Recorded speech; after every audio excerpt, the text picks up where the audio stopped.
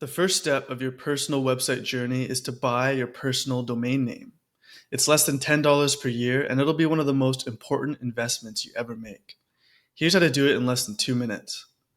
Go to namecheap.com and then type in your first name, lastname.com. Now, .com is generally the best, so try and get that if you can.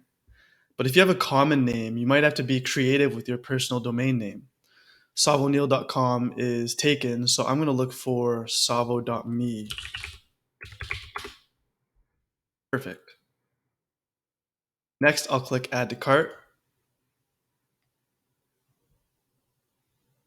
And then I'll click on Checkout.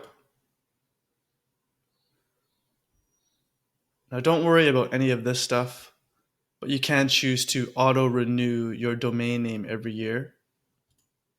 Next, I'll click on Confirm Order. And then finally, Pay Now.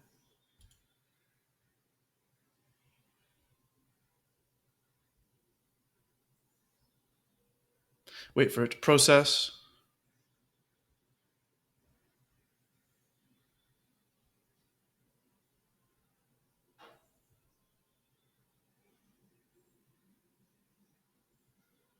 And then we're done.